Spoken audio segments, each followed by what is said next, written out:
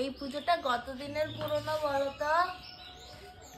এই পুজো বোধহয় 1000 বছর আগেকার হবে। তাই? হ্যাঁ।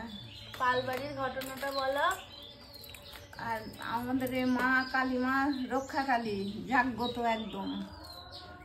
তারপরে হলো পালবাড়িতে থেকে ঠাকুর আনা হয়।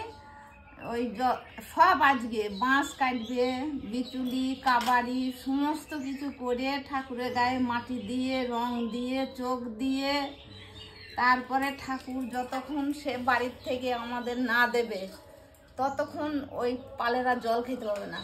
যে পাল ঠাকুর দেবে ওই উপবাস থাকতে হবে ওকে, থেকে তারপরে জল খেতে পাবে। ঠাকুর নিয়ে আসবে, তারপর তার আগে কিছু খেতে হয় না।